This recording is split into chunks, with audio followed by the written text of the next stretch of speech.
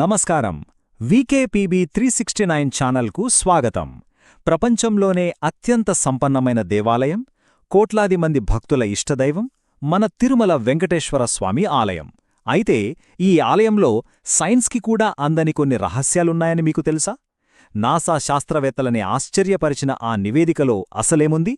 ఈ విశ్లేషణలో తిరుమల ఆలయ అంతుచిక్కని రహస్యాలను తెలుసుకుందాం. రండి, నేరుగా విషయంలోకి వెళ్ళిపోదాం. అసలు ఒక్కసారి ఆలోచించండి. ఒక సాధారణ రాతి విగ్రహం మన భౌతిక శాస్త్ర ప్రాథమిక నియమాలకు, అంటే లాస్ ఆఫ్ ఫిజిక్స్ కి విరుద్ధంగా ఎలా ప్రవర్తిస్తోంది? వినడానికి కొంచెం ఆశ్చర్యంగా ఉంది కదూ? ఇక్కడ్నుంచే మన అంతుచిక్కని రహస్యాల ప్రయాణం మొదలవుతుంది. సైన్స్కి సైతమందరి ఆ మొదటి అద్భుతం ఏంటో ఇప్పుడు చూద్దాం.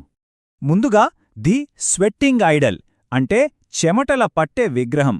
గర్భగుడిలో కొలువయున్న స్వామివారి విగ్రహం గురించి మనం ఖచ్చితంగా మాట్లాడుకోవాలి. ఎందుకంటే ఈ విగ్రహం స్వయంభువు, అంటే ఏ మానవుడు లేదా శిల్పి చెక్కినది కాదు. ప్రకృతి సిద్ధంగా దానంతట అదే వెలసిందని మన చారిత్రక, పౌరాణిక ఆధారాలు స్పష్టంగా చెప్తున్నాయి. ఇక్కడ గర్భగుడిలో ఒక అద్భుతమైన నమ్మశక్యం కాని వైరుధ్యం కనిపిస్తోంది.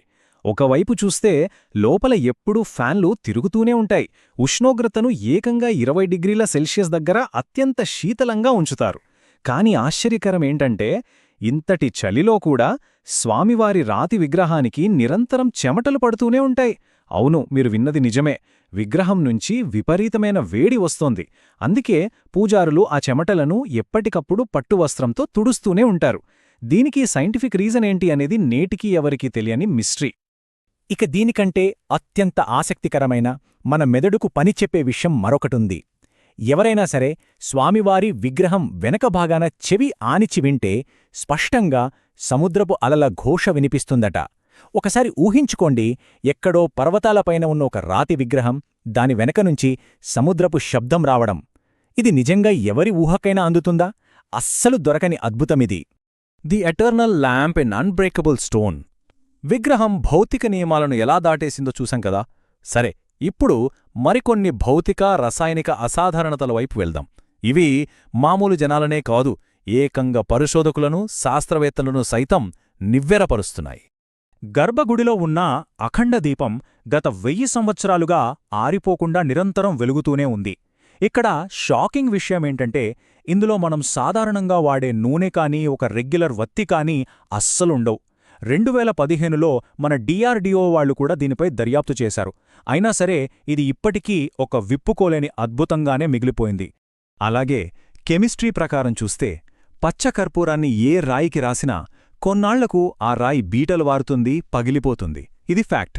కాని మన శ్రీవారి విగ్రహానికి నిత్యం పచ్చకర్పూరం రాస్తున్నప్పటికీ ఆ రాతి విగ్రహంపై కనీసం ఒక చిన్న గీత కూడా పడకపోవడం ఎవరికీ అంతుచిక్కని సైన్స్ మిస్టరీ. సరే, గర్భగుడి రహస్యాల నుంచి ఇప్పుడు ఆలయానికి సంబంధించిన ఒక భారీ లాజిస్టికల్ మిస్టరీ వైపు మన దృష్టి సారిద్దాం. ప్రపంచ ప్రఖ్యాతిగాంచిన తిరుపతి లడ్డు ఇదందరికీ తెలుసు కదా. అయితే ఇంత భారీ మొత్తంలో తయారయ్యే లడ్డూకి అసలు కావలసిన దినుసులు ఎక్కడ్నించొస్తాయన్నది అత్యంత ఆసక్తికరమైన ప్రశ్న.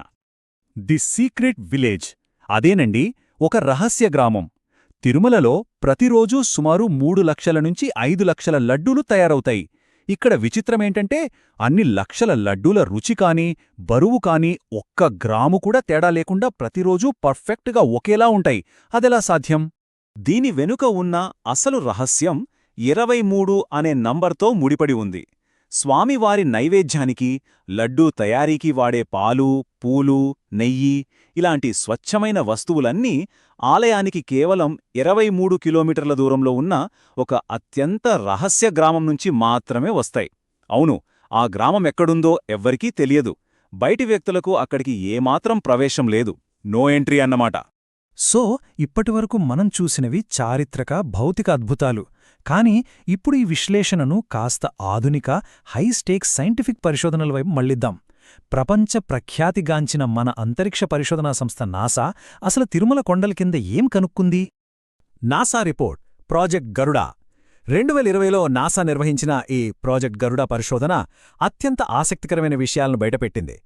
ఆ నివేదికల ప్రకారం నాసా శాస్త్రవేత్తలు తిరుమల కొండల కింద అసలు వివరించలేని ఒక భారీ అయస్కాంత శక్తి మూలాన్ని అంటే మ్యాగ్నెటిక్ ఎనర్జీ సోర్స్ని కనుగొన్నట్లు తెలుస్తోంది. ఇక్కడ మనం గమనించాల్సిన అత్యంత కీలకమైన పాయింట్ 0.3%. ఈ వింతైన అయస్కాంత శక్తి ప్రతి ఏటా 0.3% చొప్పున పెరుగుతోందని ఆ రిపోర్ట్ డేటా స్పష్టంగా చెప్తోంది. ఒకవేళ ఇదే గనక కంటిన్యూ అయితే 2035 నాటికి ఇది ఒక భారీ అయస్కాంత తుఫానుకు కారణం కావచ్చని అంచనా వేస్తున్నారు.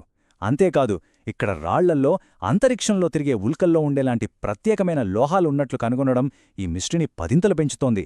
అసలక్కడికి ఆ లోహాలు ఎలా వచ్చాయి? దీనికి తోడు గగురుపాటు కలిగించే మరో అంశం కూడా ఉందండి. ఆ ప్రాంతంలో అమర్చిన భూకంప మాపక యంత్రాలు అంటే సీస్మోగ్రాఫ్స్ అన్నమాట. పర్వతం కింద ఉన్న ఒక భారీ గుహ నుంచి ప్రతిరోజూ 3 సార్లు ఒక డీప్ సౌండ్ని రికార్డ్ చేస్తున్నాయి. ఆ శబ్దం అచ్చం పవిత్రమైన ఓంకారాన్ని పోలి ఉండటం శాస్త్రవేత్తలను సైతం ఆశ్చర్యానికి గురిచేస్తోంది. వినడానికే రోమాలు నిక్కబొరుచుకుంటున్నాయి కదా. The God of death, A mythological economy.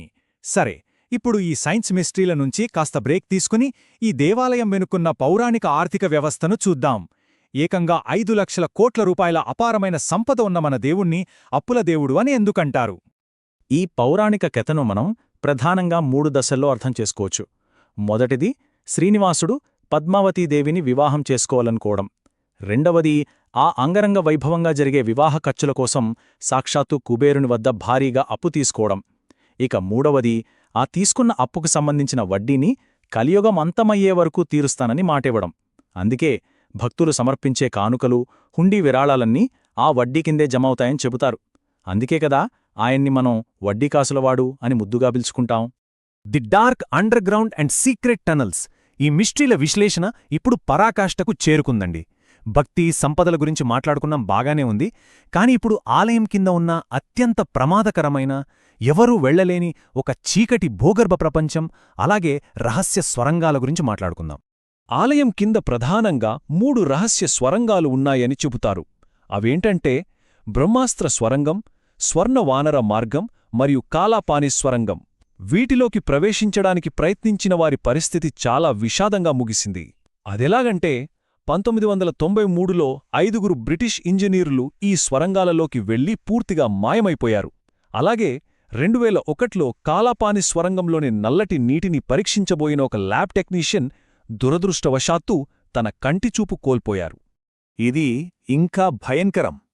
నివేదికల ఆధారంగా చూస్తే జాన్యువరి 2022లో మన ఆర్కియాలజికల్ సర్వే ఆఫ్ ఇండియా అంటే ఏఎస్ఐ బృందం ఒక దర్యాప్తు చేపట్టింది. వారు ఆలయం కింద ఉన్న ఒక భూగర్భ స్వరంగం తలుపు తీయగానే అకస్మాత్తుగా వాళ్ల చేతుల్లో ఉన్న టార్చ్ లైట్లన్నీ ఆగిపోయాయి. అంతేకాదు వారి పరికరాల నుంచి వింతైన ఏడుపు శబ్దాలు వినిపించడంతో భయపడిన ఆ బృందం తమ దర్యాప్తును వెంటనే అక్కడికక్కడే ఆపేశారు. నమ్మశక్యంగా లేదు కదూ, కాని ఇది రికార్డైన ఫ్యాక్ట్. ఈ విశ్లేషణ చూసినందుకు ధన్యవాదములు. తిరుమల శ్రీవారి లీలలు నిజంగా అద్భుతం. అలాగే ఈ గుప్త రహస్యాలు ఊహకందనివి.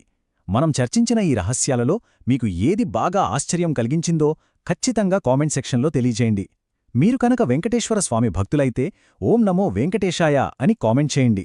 మరిన్ని ఇలాంటి రహస్యాల కోసం, అద్భుతమైన విశ్లేషణల కోసం తప్పకుండా మా VKPB 369 ఛానల్ని సబ్స్క్రైబ్ చేసుకోండి. గోవిందా గోవిందా.